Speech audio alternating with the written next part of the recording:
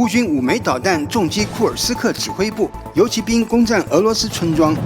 远程火力摧毁俄迫击炮阵地，乌军铁锤制导炸弹轰炸俄军指挥部。塞瓦斯托波尔遭海空双袭，乌军马古拉 V5 无人艇首次击落俄直升机。拜登送出最后大礼包，210亿美元援助乌克兰。英国媒体曝光俄内部文件，日韩目标成为攻击重点。以色列清剿行动开始，上百哈马斯落入死亡陷阱。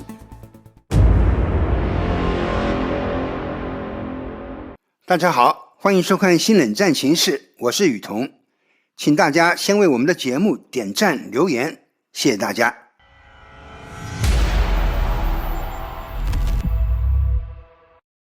在2024年即将结束之际，乌克兰继续对俄罗斯库尔斯克地区展开攻势。最新消息显示，乌军使用海马斯导弹对库尔斯克的俄军指挥部发起了精准打击。据 RBC 新闻报道，当地时间12月31日，库尔斯克利戈夫地区再次遭袭，火车站成为首个目标。乌克兰至少发射了5枚海马斯导弹，直接命中目标，爆炸声响彻周围。从现场视频中可以看到，利戈夫火车站已经被大火吞噬，夜空中火光四射。此外，有传闻称乌军导弹摧毁了利戈夫的一个地下指挥部，严重破坏了俄军的掩体设施。具体损失情况尚未完全披露，俄方对此予以否认。库尔斯克州代理州长表示，这次袭击并未造成重大损失。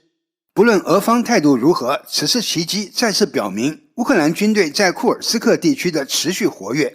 在进入莫斯科领土的第150天，乌军已成功在重镇苏贾插上旗帜。据悉，乌军计划在库尔斯克地区跨年，继续在2025年的战斗中保持攻势。另外，乌克兰武装部队特种作战部队第6团的游击兵成功占领了俄罗斯库尔斯克地区的一个定居点。乌克兰特种作战部队 SOF 在12月31日的声明中确认了这一行动。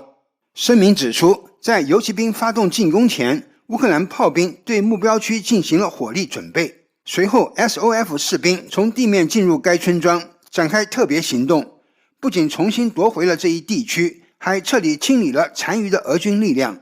令人意外的是，乌克兰军方透露，除了俄罗斯军队，这个村庄内还存在朝鲜军队。经过战斗，朝鲜士兵也被完全肃清。此外，乌克兰武装部队近期还对库尔斯克地区利戈夫市的第810独立近卫海军陆战旅指挥所发起袭击，导致敌方军官出现重大损失。然而，俄罗斯官方声称所谓的指挥所实际上是民用基础设施，并否认其为军事目标。对此，乌克兰武装部队特种作战部队前副司令、总参谋部战略通信部前部长叶夫亨·萨斯科上校评论称，俄罗斯在库尔斯克地区的人员与装备损失之快，甚至让经验丰富的乌克兰老兵都感到震惊。与此同时，福布斯报道称，俄罗斯810海军陆战旅已被迫从库尔斯克撤离，拥有2500人的这支部队正重新部署至远离战火的普列霍夫一带。据报道，810旅此前与155旅一同被派往库尔斯克，试图反攻乌军，但未能实现显著突破。有消息指出，第810海军步兵旅的掩体和营房遭到乌克兰的导弹袭击，造成严重破坏。过去4个月，俄军在库尔斯克地区的推进几乎停滞。例如11月中旬，810旅曾投入2个营的兵力和机械化纵队，试图攻占乌克兰在波格列布基的阵地，但最终以失败告终。尤其是810旅在这一过程中遭遇了严重损失。一些俄媒承认了810旅的转移行动，但称之为短暂休整。俄军官方尚未对此做出回应。库尔斯克的战事如何发展，还需进一步观察和验证。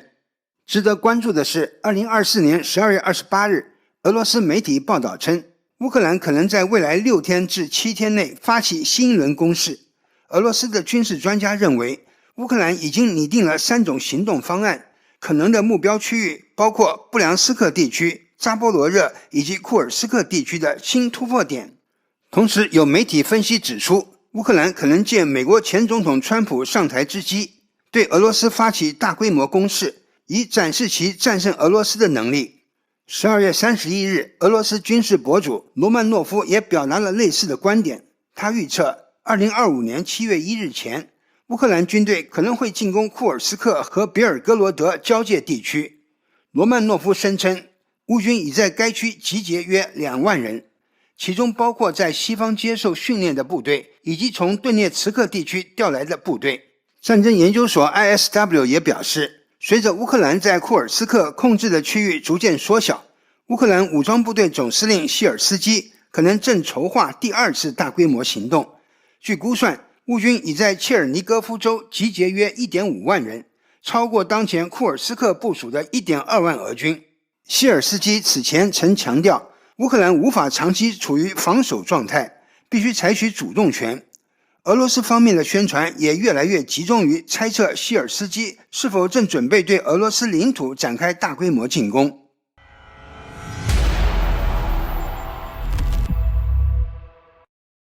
乌克兰战场上，近日战斗集中在莱曼至克里米纳及谢维尔斯克一线，爆发了21次冲突。俄军以小股步兵多次尝试进攻乌军防线，包括格列科夫卡、特肖佩拉夫尼沃格、纳迪亚、辛普拉托夫卡和马基耶夫卡等地，但均被乌军成功击退。托列斯克至恰索夫亚尔一线的冲突达14次。俄军虽然在恰索夫亚尔城区占领了什月区，但已无力继续推进。乌军远程火力摧毁了俄军位于耐火材料厂附近的迫击炮阵地。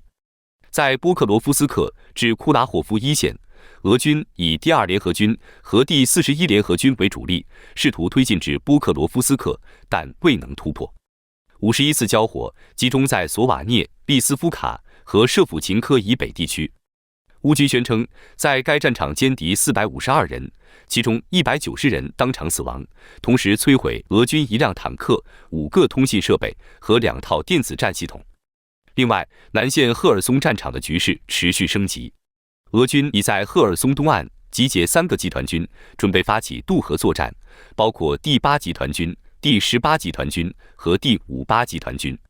此外，克里米亚第22军团、第4近卫坦克师、第2近卫塔曼摩步师、第76近卫伞兵师和第150柏林摩步师也参与集结，同时配备无人机、电子战和防空部队。12月30日，俄军在40分钟内向赫尔松西岸的乌军阵地和定居点发射了约41000枚炮弹，平均每分钟约1000枚。炮击完成后，俄军派出少量渡河部队发起试探性进攻，企图测试乌军防线。俄军战术意图明确，在顿巴斯战场推进受阻的情况下，试图在南线开辟新战场，并在1月20日之前尽可能扩大控制区域。而乌军则采取强硬反击措施，利用第73特战中心、第38独立海军特战旅和第23国民警卫旅等部队，大量部署自杀式无人机封锁河面，同时以攻击无人机和远程炮兵袭击俄军东岸的集结地和沿岸弹药库。乌克兰空军的米格29战机也加入战斗，使用法国提供的铁锤 AASM 精确制导炸弹，成功轰炸了俄军位于霍拉普里斯坦的127旅指挥部。南线战事正处于激烈对峙阶段，各方继续加强攻防力度。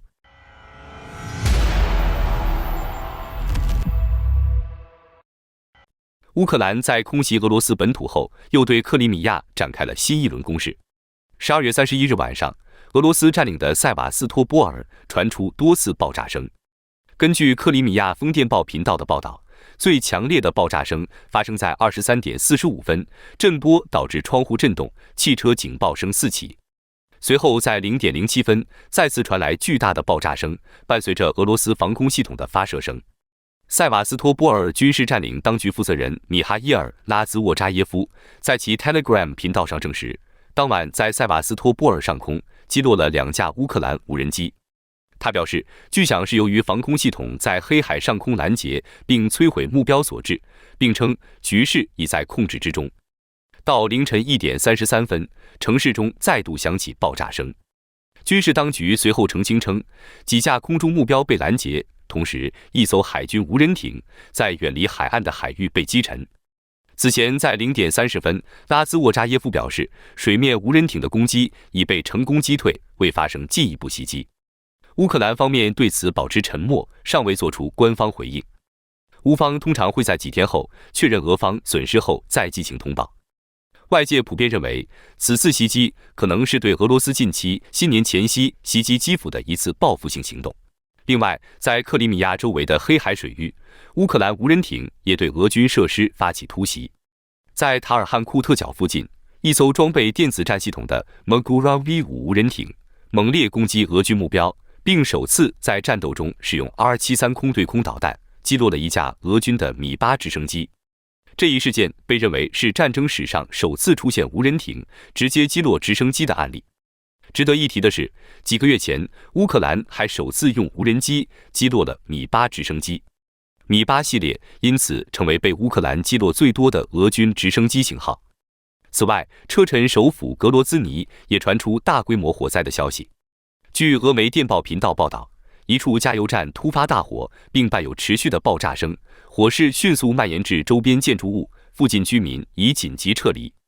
目前，车臣官方尚未对此作出回应，具体情况有待核实。需要注意的是，格罗兹尼此前曾在10月13日发生类似的加油站火灾，造成重大损失。而几天前，阿塞拜疆一架客机就在格罗兹尼附近坠毁，此次火灾无疑引发了更多外界关注。与此同时，俄罗斯也没有放弃对乌克兰的袭击。12月31日上午，由于俄罗斯导弹袭击的威胁，乌克兰全境拉响了空袭警报。苏梅地区军事管理局报告称，俄罗斯对肖斯特卡社区的基础设施发动了导弹袭击，具体后果仍在核实中。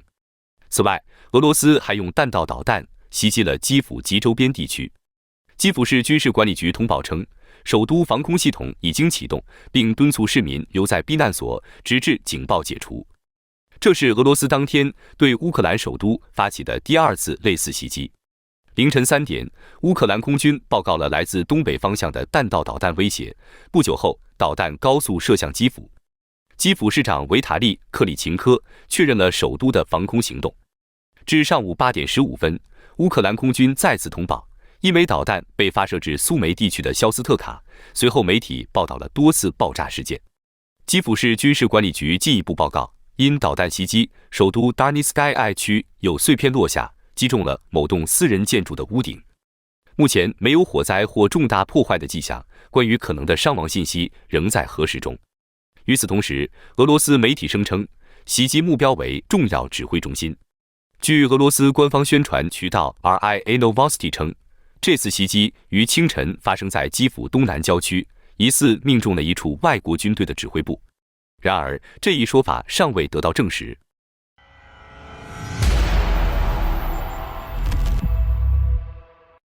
当地时间12月30日，美国总统拜登宣布了一项总额近25亿美元的乌克兰军事援助计划。白宫网站发布的声明中，拜登表示，今天我自豪地宣布向乌克兰提供近25亿美元的安全援助，这是为了支持乌克兰人民，他们在捍卫独立与自由的斗争中顽强抵抗俄罗斯的侵略。声明还强调，美国将继续努力增强乌克兰的战斗力，尤其是在冬季来临之前，以巩固其在战争中的地位。这批援助包括数十万枚炮弹、数千枚导弹以及数百辆装甲车辆。值得注意的是，此前援助金额被认为是12.5亿美元，如今却翻倍至近25亿美元。这项计划的内容主要由2部分组成：总统特别提款权 PDA 直接从美军库存中提取的12.5亿美元军事援助，以及乌克兰安全援助倡议 USAI 的一揽子计划，价值12.2亿美元。这是拜登任期内最后一批 USAI 计划援助。同日，美国财政部长耶伦宣布向乌克兰提供34亿美元的额外预算支持。这笔资金通过美国国际开发署和国务院协调分配，是2024年乌克兰安全补充拨款法案拨款的最后部分。根据美国联邦预算委员会 CRFB 的报告，自战争爆发以来，美国国会已批准总计1750亿美元的援助，其中包括654亿美元的军事援助。拜登政府在乌克兰问题上的表现饱受争议。有批评认为，乌克兰战争的爆发与拜登政府的软弱应对有关，而战场上的不利局面也与美国避免升级冲突的策略相关。然而，在对乌克兰的支持方面，拜登政府始终坚决，致力于履行承诺，直至任期结束。此外，美国计划向乌克兰提供一笔150亿美元的贷款，尽管乌克兰已明确表示不会偿还，这笔资金仍被批准。值得注意的是，这并非传统意义上的美国贷款，而是来自俄罗斯被冻结的资产收益。根据七国集团10月达成的协议，以俄罗斯冻结的3000亿欧元主权资产收益为担保，7国向乌克兰提供了总额500亿美元的贷款，这其中包括150亿美元。这笔资金由乌克兰自由支配，包括军事用途。这一安排实际上是西方在战争赔偿问题上的折中方案，既满足乌克兰的需求，又避免破坏西方的金融信誉。虽然战争结束后，俄罗斯可能要求解冻这些资产，但西方明确表态，如果俄罗斯拒绝偿还这笔贷款，将不会解冻其资金。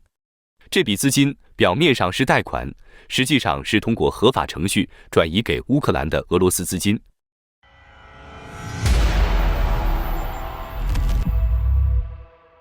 据英国《金融时报》30日报道，俄罗斯军方已准备了与日本和韩国可能发生冲突的详细打击目标清单，涵盖160个目标。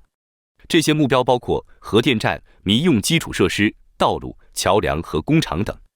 这些文件来自29份俄罗斯的秘密军事文件，主要用于为2008年至2014年期间俄罗斯东部边境的潜在冲突做准备，并且至今仍被视为俄罗斯战略的一部分。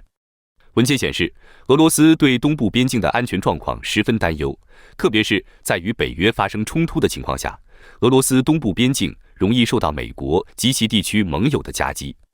在这些目标中，前82个是军事设施，包括日本和韩国的武装部队指挥中心、雷达设施、空军基地和海军设施。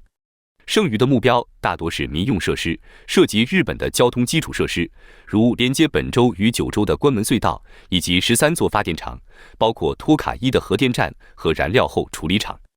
在韩国，桥梁是主要的民用目标，同时也包括浦项钢铁厂和釜山的化工厂等工业设施。这些目标的打击计划主要依赖 X-101导弹。文件展示了俄罗斯对目标选择的细致程度，甚至为韩国的指挥和控制设施提供了突破防线所需的兵力估算。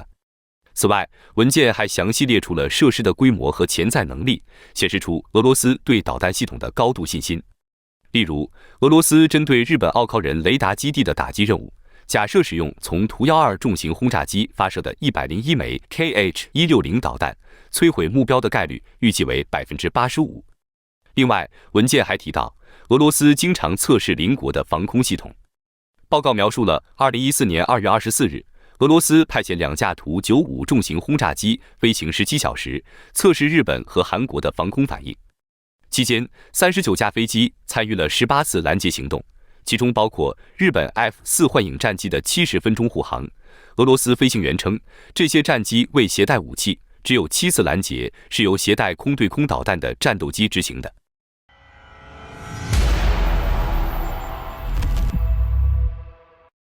当地时间12月30日，以色列国防军公布了一段从缴获的哈马斯摄像机中获取的录像。录像显示，哈马斯在加沙地带北部的卡麦勒阿德万医院旁设置路边炸弹的全过程。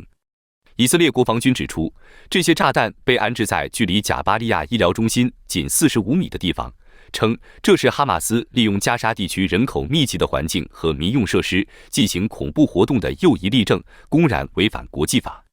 以色列将阿德万医院形容为哈马斯在贾巴利亚的最后堡垒。